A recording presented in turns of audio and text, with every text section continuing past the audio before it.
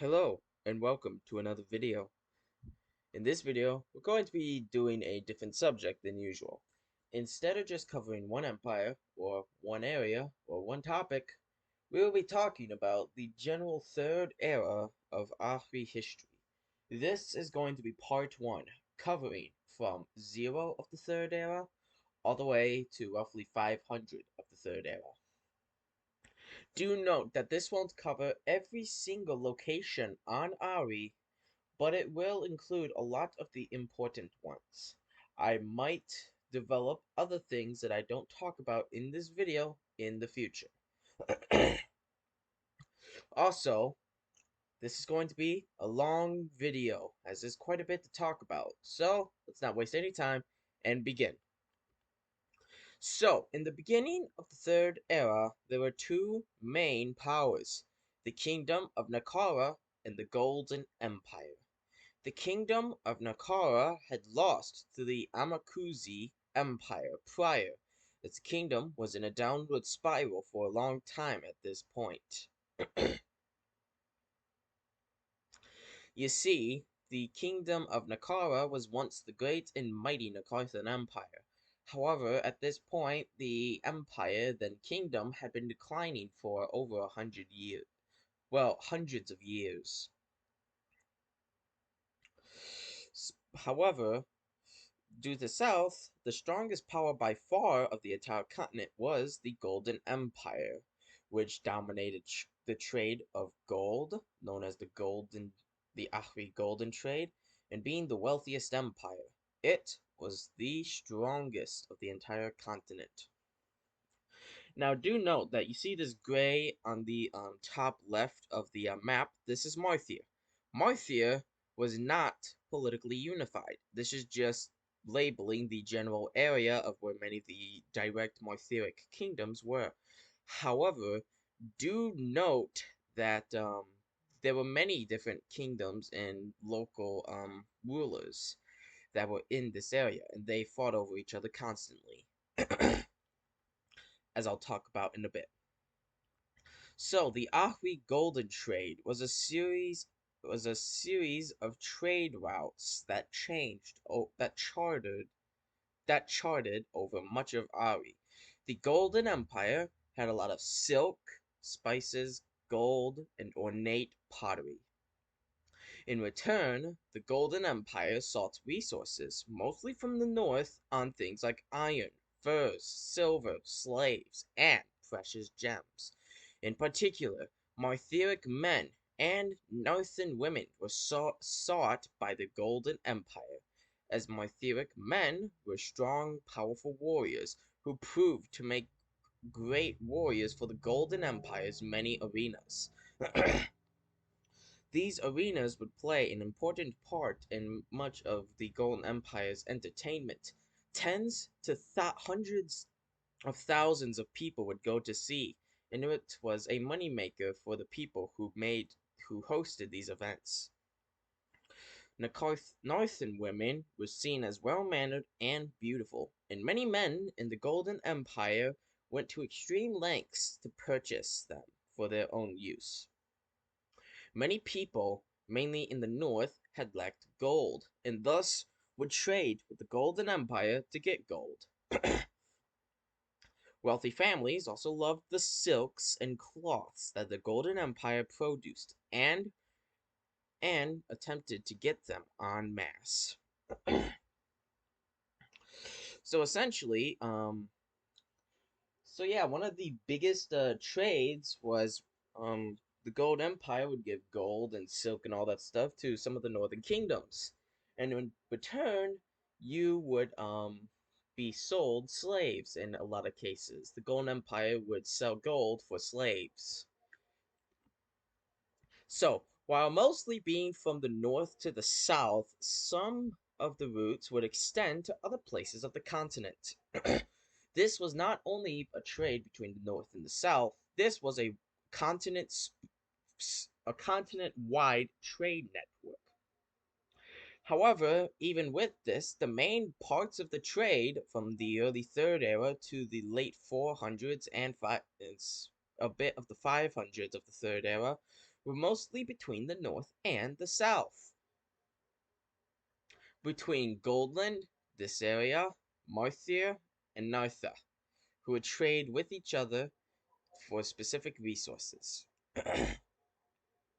Though there were still notable trade routes, like to the Highlands, where many unique rocks were taken in by merchants and found their way into Goldland, the overall trade was between the north and the south, as I've said. There was also a lot of involvement with the timberlands, as much of the produce that was made from the Golden Empire, like silk, was made in the timberlands. Thus, the timberlands was also quite important in the golden trade, the Golden Ahri trade. And here we'll be talking about some fun facts. So, as I've talked about before, the Goldland loved their arenas. There were over 30 arenas in the start of the Third Era, with the most notable ones being at South Gold and Shazik, Shazik, or Shazik. It just says Shazik. Nartha banned slavery in the 1120s of the Second Era, but this law was mostly ignored, especially as the northern political situation got more fragile. Now, finally, major cities like Southgold, Usha, Marthir, and Ubar began to grow immeasurably. So about the Goldlands, what was it? Arenas, they would actually build many more. At the height of the prosperity in the 200s, for example, Goldland would have well over 200 of these arenas. Now, some of these arenas were smaller than others, but there were still a couple really large ones that were located in Goldland. So, in the 20s of the Third Era, the Golden Empire managed to conquer Hirland. Afterwards, in 53 of the Third Era, the Golden Empire, under the Sheikua Heragasur, invaded the Narakunan Empire. After conquering it, the many states of the east, including the remnant of the Amakuzi Empire, the Haxonian Empire, and other kingdoms of the land of Mashka and Algamor, united under an alliance and defeated the Golden Empire in the Battle of Gemismund in 59 of the Third Era. So as you can see on this map, a lot of places were involved in the Battle of Gemismund. So why is Gemismund important? So this completely stopped the Golden Empire from launching any further conquests into Mashkar or Al-Gamor. The Golden Empire began to drift from external politics into internal politics, and building up its many cities, focusing on its politics, trade, and infrastructure rather than conquest. The Golden Empire had been an unstoppable empire until that point, and even with the defeat, it continued to be a strong empire. However, now the Golden Empire could begin to see flaws, where some would attempt to change. However, even with all these flaws that would come in later, the Golden Empire would still, in fact, continue to prosper. In fact, it actually increased in prosperity during the 100s and 200s, as I'll talk about. So, while the Golden Empire was overall doing good for itself, Nakara had went down the opposite path. For hundreds of years, as I've said, the kingdom of Nakara and the Nakarthan Empire, which once ruled most of the continent, had been declining. In 1128, the last Nakarthan emperor, Amelstan, abdicated the title of emperor and instead became Meresus of Nakara. Leading into the Third Era, which started in 1157 in Nartha, Nakara, after the death of Amelstan, Nakara would lose a lot of territory and be reduced to Nartha proper. During this time, many events would plague the kingdom of Nakara, like the kingless periods, from 39 to 49 of the Third Era.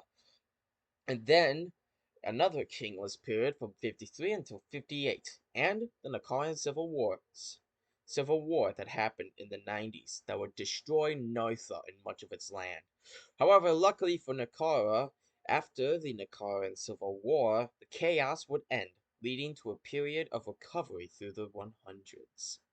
Now, the 100s for Nakara and 200s would be a major set of years because it would lead to a lot of changes in terms of how people lived, how people farmed, and the technology, and how the political system ran. Because when the Emperor Amelstan abdicated, Nakara didn't even change that much from its old ways. In fact, leading into the 200s, 300s, and even much later, some farmers still use similar farming techniques that were used all the way back in, let's say, the 700s of the Second Era. Heck, some communities would continue to farm like, old ancient farming methods from as well over 1,000 years ago. However, most people were farming from techniques that had been adapted in the 700s of the Second Era. And as you'll see, this just couldn't be sustainable. But in the meanwhile, west of Nartha in Telvar, we'll talk about that later, laid Marthia, a land divided into many different kingdoms. The many kingdoms of Marthia had been raiding and battling each other, while occasionally launching raids into foreign powers like the Golden Empire. In fact, this would actually develop quite a rivalry between the two in the early part of the Third Era. These kingdoms were many. However, the most important ones would become the kingdoms of Saxe-Goldana and Rodrikstad. These kingdoms would begin to rise in power, conquering many of their neighbors and attempting to conquer each other, which failed. In the 140s, however, the two kingdoms formed a royal marriage with the king of Rodrikstad and the queen of Saxe-Goldana, who was placed on the throne after a war, would marry and unite into Marthia. So essentially, what I mean by that is the queen of Saxe-Goldana was actually placed on the throne by the king of Rajikstad in order to perform this royal marriage. This marriage would unify Marthia and become very important because it united much of Marthia into a singular kingdom, which would play an important role in the future. It was the unification of a land that had never been unified in at least thousands of years, if ever. It saw the rise of a new power which could contend with the Golden Empire. You see, even after the defeat at um, Gemismund, the Golden Empire was still the sole giant power. However, with the Kingdom of Marthia, that could now rival the Golden Empire's power. It saw the Ahri golden trade dramatically improve in Marthia as raids and banditry became less common, and it was able to deal with the major weather changes which would take a toll on Marthia. Now, about weather changes. So, Ari was facing a lot of weather changes that date their origins to the 700s of the Second Era. These weather changes included more natural disasters, like the flooding of rivers and volcanic explosions, which caused cooling in many locations due to the clouds. And there was also more extreme weather on both sides, meaning that summers were hotter than before and winters were colder than before. It generally got colder through the years, and these weather changes would have a profound effect, disrupting many of the agriculture of these areas. Some locations, like the Golden Empire, were able to adopt new crops and techniques to move with the changing weather, while other places, like Nakara, stuck to old traditions and suffered from famines. So as I've said, Nartha, aka Nakara, would see itself being infested with many different famines and things that would happen third, throughout the late second and early third era. And these were some of the reasons. The weather just changed, and the Narthans hadn't adapted to it. Thus, they suffered. So, other places that are important in the early Third Era at this time would be the first kingdom of Telvar, which would become several kingdoms through the years. The first kingdom would last from 1127 of the second era, my bad, until 132 of the third era, when it was conquered by the Martheric kingdom of Noachilium. There's also Mashka, which was split into many different kingdoms and empires, leading to notable empires like the Haxonian Empire and Amakuzi Empire, and the Kingdom of Hertas. These kingdoms and empires fought against each other for various reasons to dominate over the area. Mashka, by the way, is the general name of a region. I'll show you a map later. While under the control of the Golden Empire in name, the Duchy of Ohu in the east of the empire was a notable rising power, which itself was able to ward off invasions from nomads in the north, and which would become a rising star in the East Timberlands. Later on, the Dukes of Ohu would begin to take on the task of defending the entire east of the Golden Empire. Now then, it's time to talk about the nomads. So, the early Third Era is filled with many different nomadic kingdoms that would run through and conquer certain areas. This was because they were in the center desert regions, and as you'll see, the weather changes had caused droughts and other events in the desert lands that made it hard to live. So these peoples would move out and migrate into different areas. Places like the Golden Empire and the Kingdom of Marthia were generally able to deal with them. However, the East was a lot different, as it was much weaker. Many areas in the East were, generally speaking, a lot weaker and prone to invasions. Many important nomadic peoples would be the Achaevians, the Lucasians, the Luvarians, and the Yavnamen. Most importantly would be the Ashkenazi people who would migrate to the west and north to their west and north of the Golden Empire, forming the Ashkenazi kingdom. This would later go on to form the Kingdom of the Velvet, then the Velvet Empire, and you'll see why that's important in a bit. Fun fact, the Hitrasi people were a tribal people in the north of Marthia, and until the 300s they lived predominantly in an underground city, Hitraka, which at one point housed over 100,000 people. Now this isn't important, but a very interesting, I guess, part of the early Third Era was this giant underground city with over 100,000 people living in it. Just fun fact. Leading into the 100s and 200s of the Third Era, the Golden Empire had seen an increase in prosperity. Starting in 96, the Golden Empire began to build many public works. Okay, sorry about that. Even with their power being outside of their borders declining, for example, losing the Highlands in 113 and their northern territories to the Ashkenazi kingdom in the 140s, these losses were largely these losses were largely due to an inability to react, as the politics of the Golden Empire was very divisive. In fact, the divisiveness would also lead to competition, in which many public works structures and even public services were created in order to sway favor of the people. The The prosperity of the Golden Empire would be so advanced that they built things like public showers, as advanced plumbing systems had been developed in Goldland. Arenas were also built and used and proved to be a moneymaker for many people, as I've said before.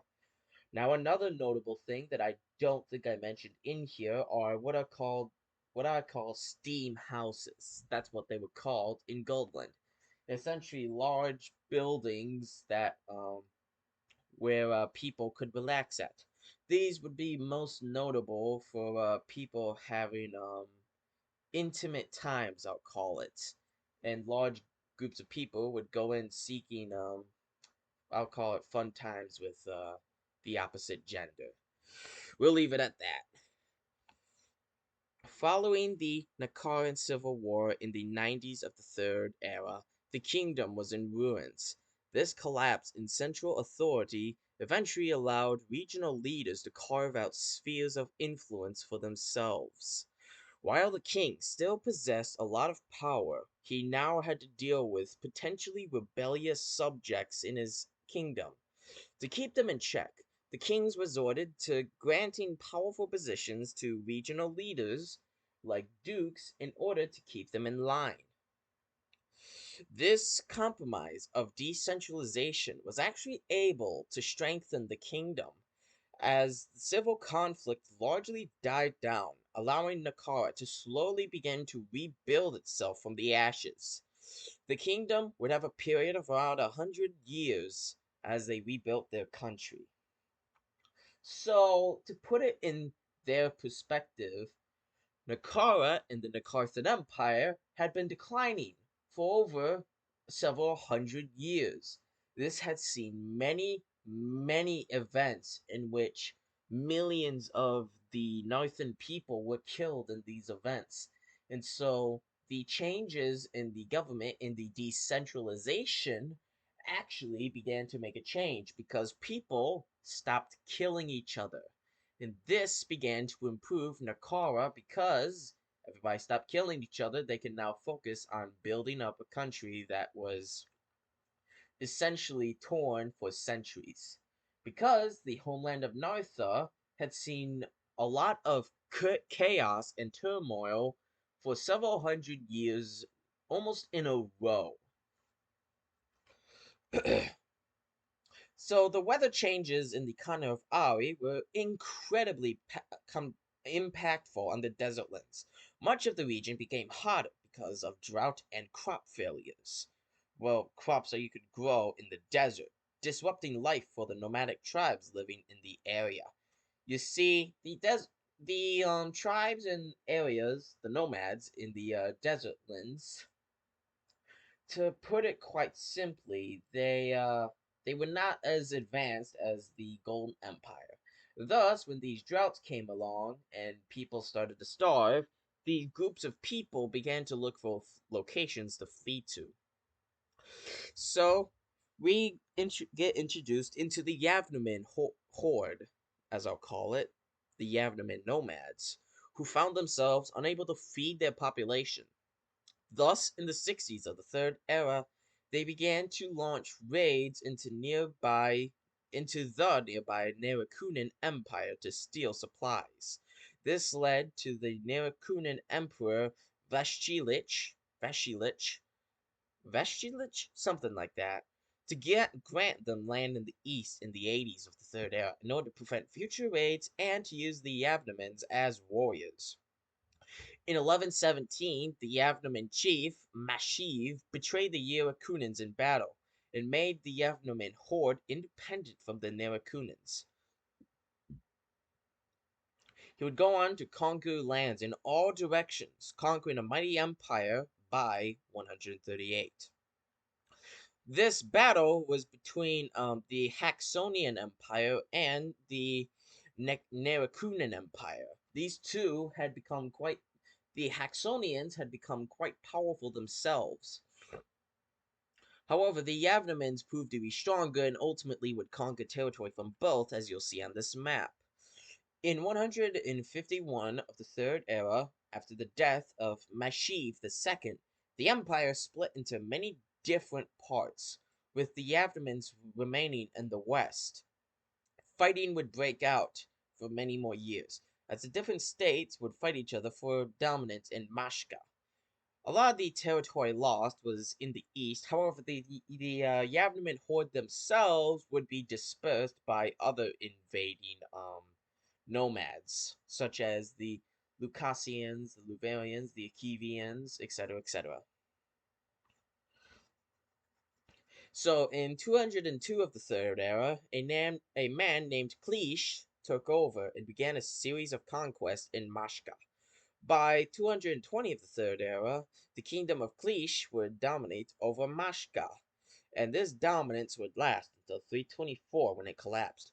However, the Yavnaman kingdoms would continue to fight each other, and the kingdoms that would survive the Yavnaman invasions would also attempt to um, fight back. And so you can see in this map that the Krish kingdom would conquer over much of Mashka.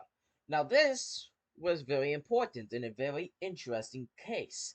You see, when the Yavnamids moved into the area, they were, as you know, they were recent in the area. So the Yavnaman elite class were an absolute minority when compared to the population.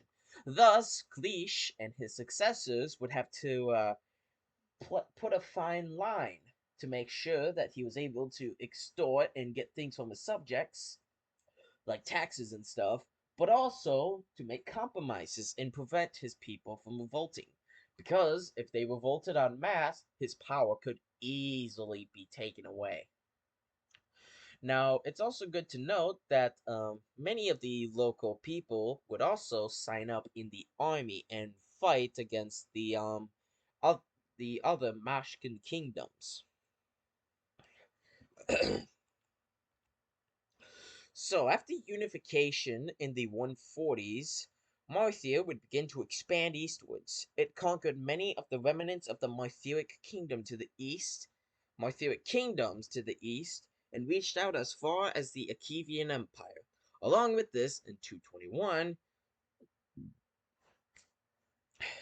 it launched an invasion into the Ashkenaz kingdom, hoping to turn its king into a vassal so that it could launch raids into the Golden Empire. The Golden Empire, not wanting to be bordered with Moithir, came to the aid of the Ashkenaz kingdom. This war would last for several years until the Moithirians were defeated decisively in the Battle of Arlen Su. Arlen Su would be a decisive victory, preventing Moithir from launching large-scale raids into the Golden Empire like it had once um done after unification. Despite the heavy defeat, after the war ended, the Golden Empire and the Kingdom of Moithia began to improve relations with one another, sending gifts, envoys, and increasing trade between the two states. You see, before this point, Moithia and the Golden Empire had a very tense relationship. Many pirates from Marthia, yes, pirates, moved south and raided the Golden Empire's coast. Some raiding parties would raid not only in the Ashkenaz kingdom, but sometimes as far south as Goldland. In fact, there was one notable case where a raiding party led by someone known as Makli managed to reach as far as near the city of South Gold itself. The Golden Empire was able to kill him and imprison him before executing him. However, this just goes to show you that the Mytherians had managed to raid into the Golden Empire, and so this victory would prove to be quite a decisive one. Now, afterwards, Moithir would try to improve relations with the Golden Empire and vice versa. Because the Ari Golden trade was still going on pretty well during this time, and since Moithir could no longer raid the Golden Empire as it would become more and more defensive in the north, and there would also be a powerful Ashkenaz kingdom to help stop them, the Moithirians saw that it would be a waste of time to try and raid them, so instead they sought to improve relations. So, the Ashkenaz kingdom, set up in 144 of the Third Era, had split away from the Golden Empire in the 144. The Ashkenazi people originated from the east, western Algamora. They had lived in that land as largely nomadic peoples. However, as the Nakarthan Empire and the Nakara would persecute them, the Ashkenazi people fled west, eventually settling in Anaduga over time. They would elect a powerful king who himself was a part of a different tribe, the Velki tribe, who were from Goldland and whom were nearly killed off by the Golden Empire. Now, when I say nearly killed off, I really mean killed off. In the 800s of the Second Era, their population was around 3 million. By this point, it was 90,000. So they killed well over, I guess maybe 80, 90, somewhere around there. I don't have like a calculator on me or anything, so I can't tell. But they killed most of the population of the Velki tribe or the Velkai tribe. Well, how should I pronounce it? Velki? Yeah, the Velki tribe. So yeah, just to let you know. The Ashkenaz kingdom would develop into a important kingdom for the Golden Empire, as it acted as a buffer between Marthia and Goldland. It was also important to fight banditry, as when the Golden Empire controlled Anaduka, it was significantly difficult for them to deal with bandits. However, on the costs, the Ashkenaz kingdom did launch raids against northern Goldland, and it was able to keep its independence from both Marthia and Goldland by playing the two sides against each other. Now, the Ashkenaz kingdom, as I said, was pretty important to the Golden Empire, and the reason why the Golden Empire did not attempt to reconquer it was for several reasons. One, as I've already said, it was helped used as a um, buffer state. It was also used to fight banditry, but the main reason that the Golden Empire didn't actually attempt to reconquer the Ashkenaz kingdom was simply because they really couldn't at the time. There was too much political chaos and an army being marched towards the north, especially in a land that they had little control or interest in, would lead most certainly to a usurper or really another civil war to occur. So they were focused at home instead. These reasons, the majority of these reasons would come later, as the Ashkenaz kingdom would prove to be more of a asset for the Golden Empire than if it were a province. So now we gotta talk about some important natural disasters. In 184 of the Third Era, the explosion of the Valusk volcano in the north of Marthia would occur. This explosion would kill over 50,000 people and lead to the formation of large clouds across Marthia, leading to an increased precipitation and more colder climates. As a result of the Valusk explosion, Nartha saw a period of extremely long winters after 190, which caused crops to fail. The ensuing famines would kill over a tenth of the Narthan population, and this would lead to changes in how Narthans cultivated crops and what crops they used. Many of these ideas were adopted from the Golden Empire. However, they did develop their own techniques to adapt to the changing times. In the Timberlands, a large earthquake occurred in the city of Ubria, which was in the West Timberlands, which would kill several 100,000 people, and which would heavily disrupt the golden trade, as a lot of produce made in the Golden Empire was made in Ubria, like much of its silks and cloths. This would be one of the reasons why the golden trade began to decline. However, it was far from the only. So, the beginning of the end for the Golden Empire. So, while the Golden Empire was getting more prosperous, with huge cities in Goldland being able to afford public services, monuments, arenas, and other notable things, its politics was becoming a lot more intense, hostile, and divisive. As Shea Kuas, they Okay, so a sheikua is essentially somebody appointed to help rule with the emperor.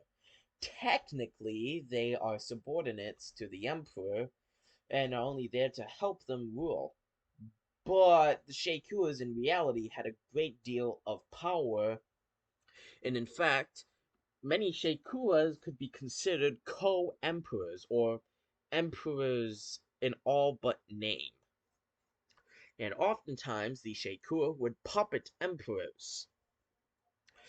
So yeah, the politics with this would naturally become very divisive as sheikuas would be very influential and oftentimes would go against the emperor's wishes. Sometimes something notable to be said is that there was an increase of political assassinations and even battles between soldiers. And I'm not just saying like a couple soldiers. I'm talking about potentially like a couple thousand like soldiers from one side to another battling in a city for a specific reason.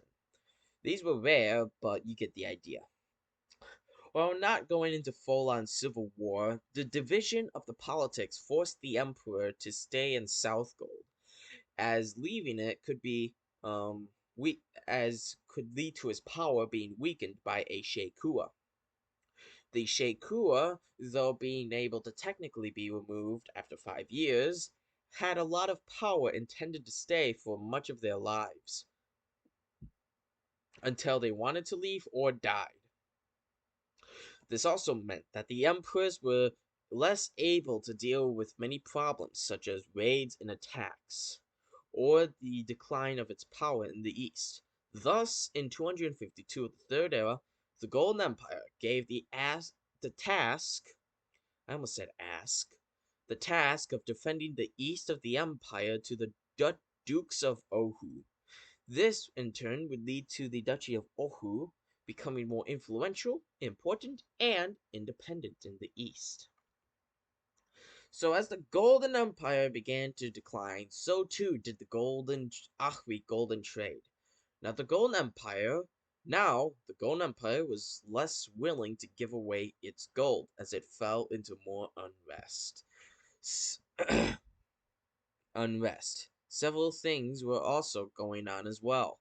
For one, King Hocthuren the First of Marthia banned slavery, and much of the trade of slaves had been under decline after the rises of Nakara and Marthia and Telvar, uh, which would lead to less and less people being kidnapped and sold into slavery. Along with this, the northern kingdoms no longer coveted the resources from the south as much, and thus they didn't go into desperate measures to get things like gold from the Golden Empire. Do not interpret this as they were not interested. They were still very interested in resources from the south. It's just that now these places actually had good wealth on their own, and they wouldn't resort to desperate measures like before to get to resources from the south. Along with this, the Timberlands had seen a decline in the production of gold, like the earthquake in Ublia, for example, which turned the city from a productive, highly sprawling city into a near ghost town in a matter of a century because of the earthquake. Now, the reasons for the general decline of the Timberlands production were for various reasons, but the main reasons were natural disasters and the fact that at this point these goods would be siphoned and taken by local leaders instead of being traded in places like Moithia and the Hillings. This was not only like what's the term? I don't know what the term is, but this was not only local leaders stealing it, it was also a way to compromise them so that they wouldn't go against the emperor or and to please them. So, Algamora's history in the early Third Era was complicated. Many Algamoran states lived in the northeast and other parts of Algamora, However, much parts of Algamore were ruled by foreign powers, like the Haxonian Empire and the Lucasian Kingdom. During the 300s, a senator from Agamagnus fled. Wait, never mind. A senator from Agamagnus did not flee south. I don't know why I typed that, and founded a small. A senator in Agamagnus would found a small republic in the south in Agamagnus. The republic would become known as the Republic of Southern Algamore. So this is the origin of the Republic of Southern Algamore, which would become quite important in the area, as it would as it would rule over Southern Algamore. However, the Southern Algamoran Republic during this time was often a tributary state of the many western and southern kingdoms. So, during this time, Nakara was undergoing a period of transformation. Starting in the early 200s, major changes would occur in Nakara, which would lead to a lot. Wait, which would change a lot of how the people live. However, there was also still quite a bit of chaos, as wars with Algamore and kingdoms to the west and some civil wars plagued Nakara, leading it to be conquered by the Achaevians in 303 of the Third Era. This conquest would see the city of Nartha being ruled by a foreign power in the first time in over 1,000 years. Soon the Achaevians were conquered by the Lucasians, who soon enough were defeated by Multive in 337, who liberated Nakara in the same year. Afterwards, Nakara would go on to expand once again, but eventually it would be engaged in the 90 Years' War with Telvar, in many cases working with the Kingdom of Marthia, who raided and sometimes even invaded for their own reasons. Now, finally speaking about Telvar, in the late 200s of the Third Era, the Achaevians ruled over much of what the first kingdom of Telvar was. However, by the 300s, the Achaevian Empire had been declining. By the mid-300s, after their loss of Nartha, the empire was ripe. Thus, a large rebellion in Telvar would overthrow the Achaevians from power and elect Enerisi as the king of the second kingdom of Telvar. This kingdom would manage to conquer the remnants of the Achaevian Empire by 341.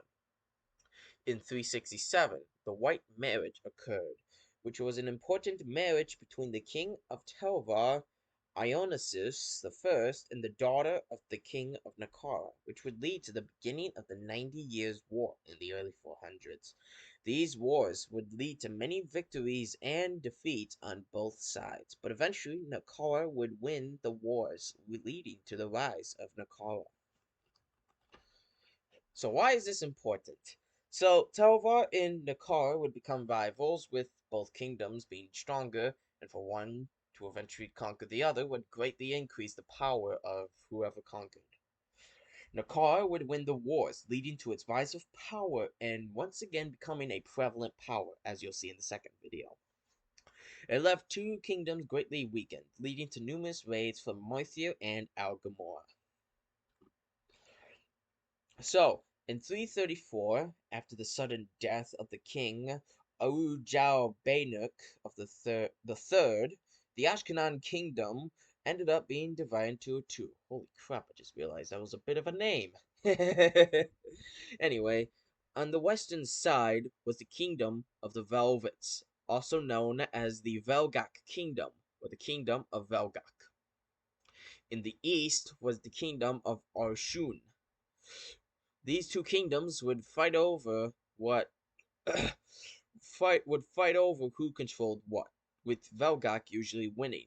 However, neither side really were able to overcome the other, and when foreign invasions occurred, such as when Marthia attempted to make them vassals in 377, they allied with each other to stop Marthia. This would be a continual pattern for around 130 years. However, in the 470s, after refusing to pay tribute for the Golden Empire, It's actually the 480s, my bad. They invaded and managed to defeat them decisively. Thus, after the war, the king of the Velvets, Er managed to take over the kingdom of Arshun, and he would become the emperor of the Velvets, beginning the Velvet Empire. So the 300s and 400s would become known as a declining period because of the many declining states. The two most prominent were Marthia and Goldland, but there were other states as well, such as Nicara, Telvar, Lucasia, the Luvarian Kingdom, and Cliche. Combined with cooling temperatures and less trade, the continent of Ari became more and more focused on survival rather than the prosperities that some places felt during the 200s.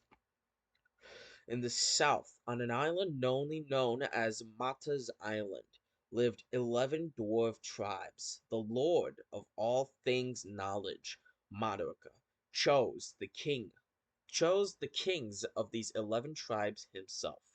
Madoka's empire, as it would become known, as Madoka would order the kings of the 11 tribes to attack conquests, would launch conquests into Ari, beginning to attack the south of the Timberlands.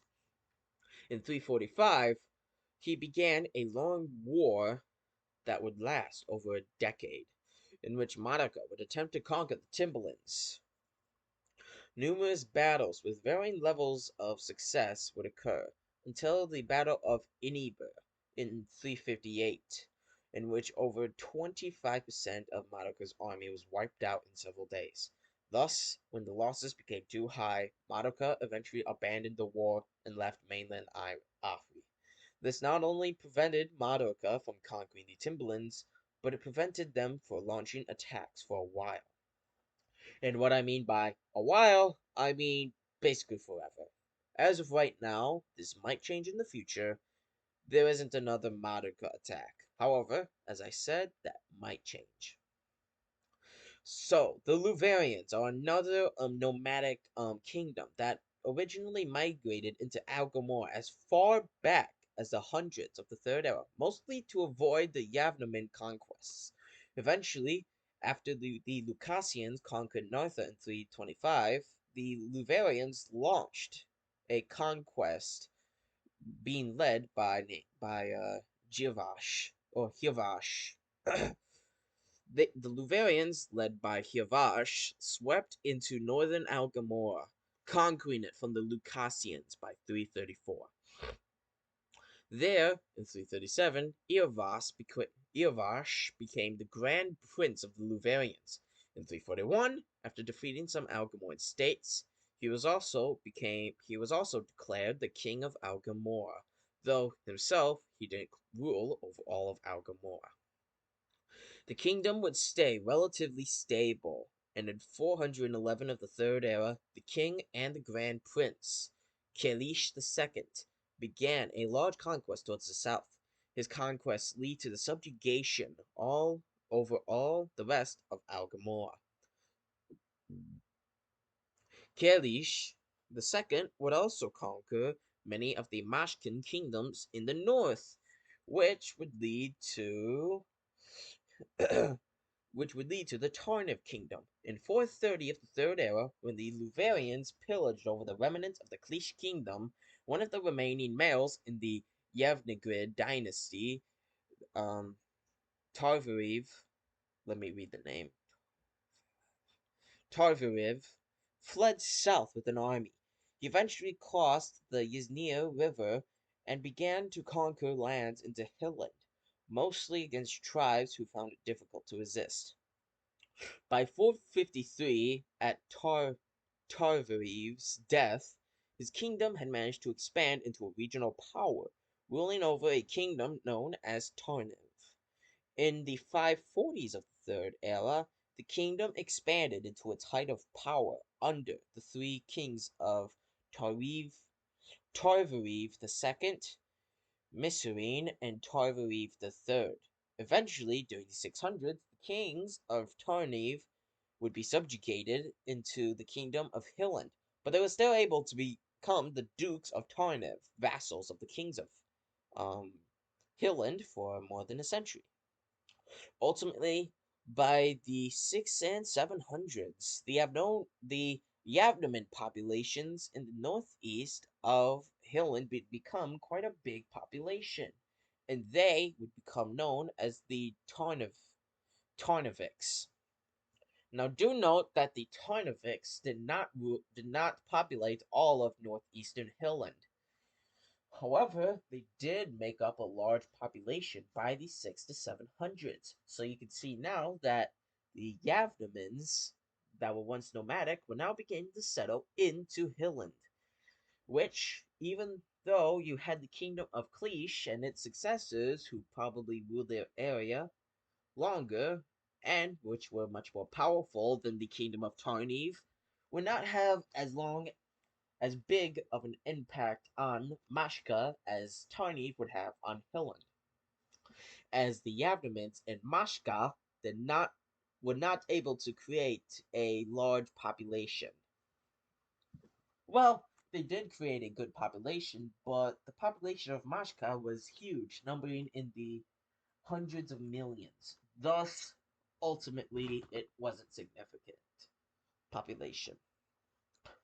The Golden Empire had been suffering from occasional civil wars for much of its existence, as most places do, mostly with sheikuas who opposed their emperors removing them, or nobles who wanted a different emperor.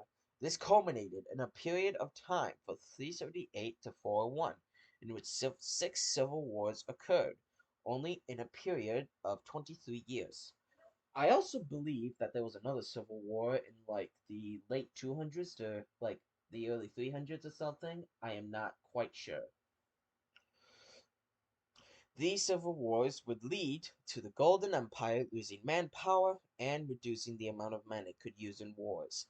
It also heavily destabilized the empire and led to the weakening of control, as many vassals in the east were essentially independent in all but name, such as the Duchy of Ohu, which at this point was tasked with defending the entire Golden East, and which acted with total independence. This would lead to them being open for invasion, which is what the Velvets would do in 484. Marthir, by the 400s, had lost much of its power. The monarchs were now forced to worry about unloyal dukes and other rebellious vassals. They were also defeated several times by Telvar, such as in 454 in the Battle of Glaznir. These defeats, along with the increasing feuds between kings and their vassals, and the fact that Marthia was becoming more and more bankrupt, led to revolts by nobles and the peasants in general. Another reason for the revolts was because Marthia was hit with a plague known as the Lycian Plague, which would spread over the continent, killing over 5% of the population of Ari in a matter of a few years. This caused even more revolts in Marthia, as many of the people killed were in Marthia, and wars, as many people believed that these events were caused by the Lord of Rain and Fertility, Hualik,